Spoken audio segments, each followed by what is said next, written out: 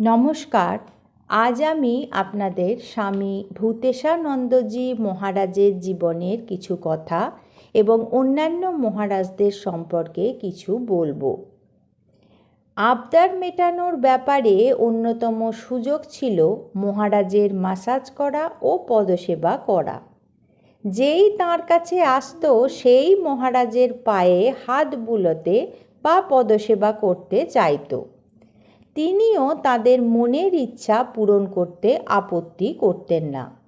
এই সেবা কেবল ভক্তদের মধ্যেই সীমিত থাকতো না। বেলুড় মঠে বা আমাদের কোনো সেন্টারে সাধু ব্রহ্মচারীরাও কম যেত না। গুরুভক্তি ও গুরু সেবার ফলটি মহারাজ নীরবেই সহ্য করতেন। মাত্রা তীব্রভাবে ছাড়িয়ে গেলে বলতেন, এ যেন হাটের কাঁঠাল, যেই পথ দিয়ে যাচ্ছে ভিড় দেখে কিনুক বা না কিনুক সকলেই একটু টিপে দেখে নিচ্ছে পাকা না কাঁচা। আবার কখনো তাঁদের সময়ে শরৎ মহারাজকে মাসাজ করার প্রসঙ্গ করতেন। ধীর স্থির প্রশান্ত শরৎ মহারাজও ছেলেদের সেবায় ক্লান্ত হয়ে শুধু বলতেন, আর যে পারি না রে বাপু। এইসব উক্তিতে বোঝা যেত সেবা একটু বেশি হয়ে যাচ্ছে, মহারাজের সেটা ভালো লাগছে না। তখন সকলকে বলা হতো, এইবার ছেড়ে দাও। কেউ হয়তো পায়ে মাথা দিয়ে প্রণাম করছে তো করেই যাচ্ছে।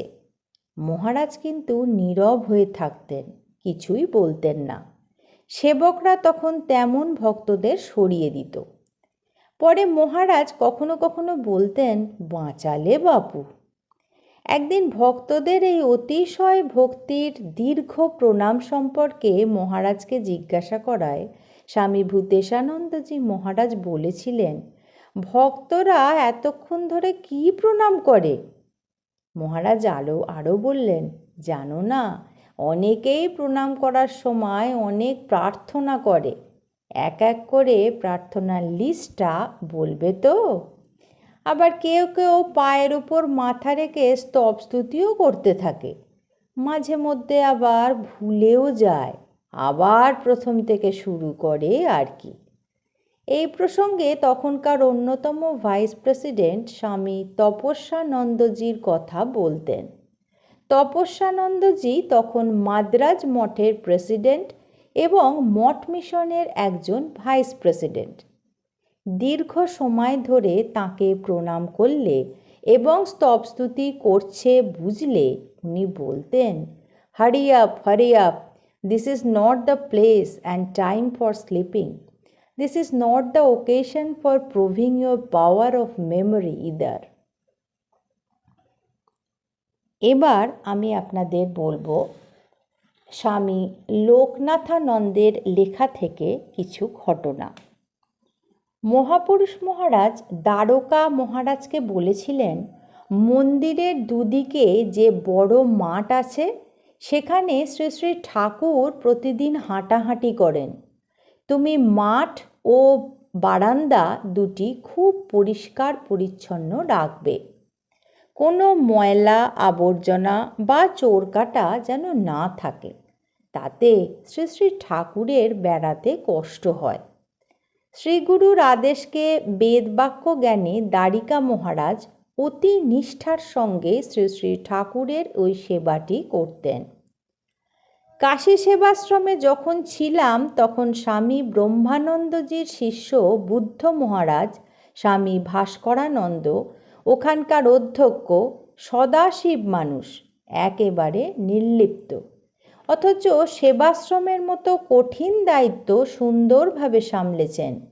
শেষে কাশীতেই তাঁর দেহত্যাগ হয়।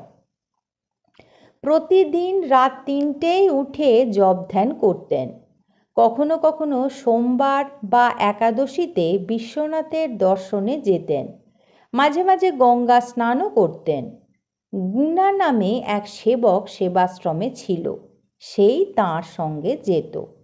দু একবার বিশ্বনাথ মন্দিরে তাঁকে দেখার সুযোগ হয়েছে। মন্দিরে প্রবেশ করতেন এই ভাবের সঙ্গে, এবং যখন তিনি বেরিয়ে আসতেন তখন দেখতেন তার অন্য ভাব। তিনি গেলে সবাই পুজো করার জন্য তাকে জায়গা করে দিত। পূজা শেষে পূজারী তাঁর কপালে প্রসাদে চন্দন ও গলায় মালা পরিয়ে দিত।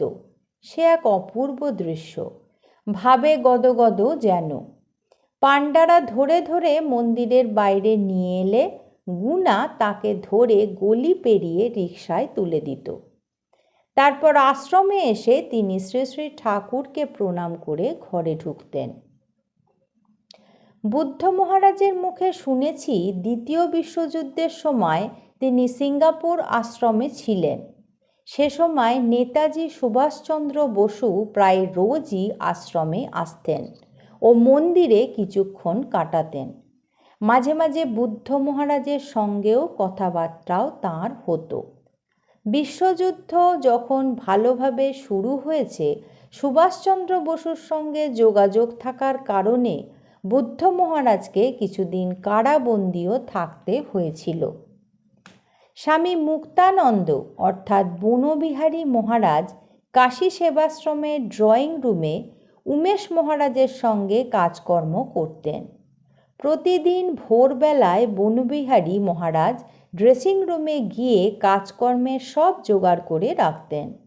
তিনি আমাদের বলেছিলেন, একদিন পুরনো বহিরঙ্গ বিভাগের সামনে একটি অল্পবয়স্কা মহিলাকে দেখে তিনি দাঁড়িয়ে পড়েন। অথচ সেই অল্পবয়স্কা মহিলা তার বুকের দগদগে পচা ঘা মহারাজকে দেখিয়েছিলেন।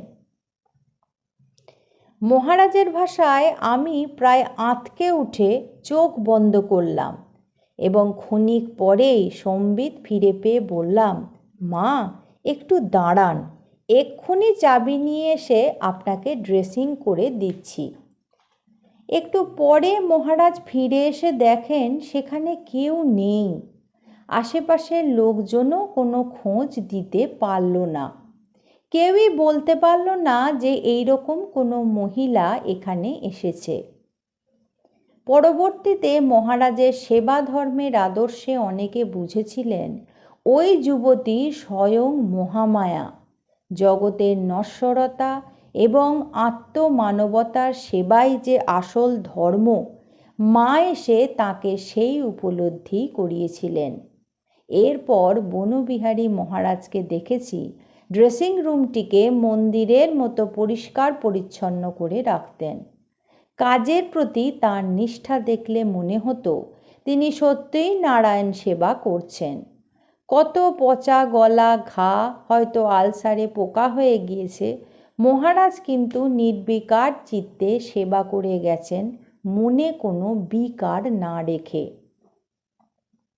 কাশীতে বনবিহারী মহারাজকে সবাই শ্রদ্ধার সঙ্গে বন বাবা বলে ডাকত।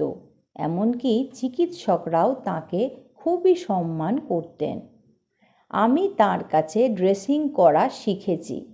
শল্য চিকিৎসকরা তাকে এত শ্রদ্ধা করতেন যে কোনো কোনো সময় ড্রেসিং সম্বন্ধে তার পরামর্শও নিতে যেতেন। আজ এই পর্যন্তই। পরবর্তী পর্বে আমি আপনাদের এই রকমই কিছু ঘটনা শোনাব।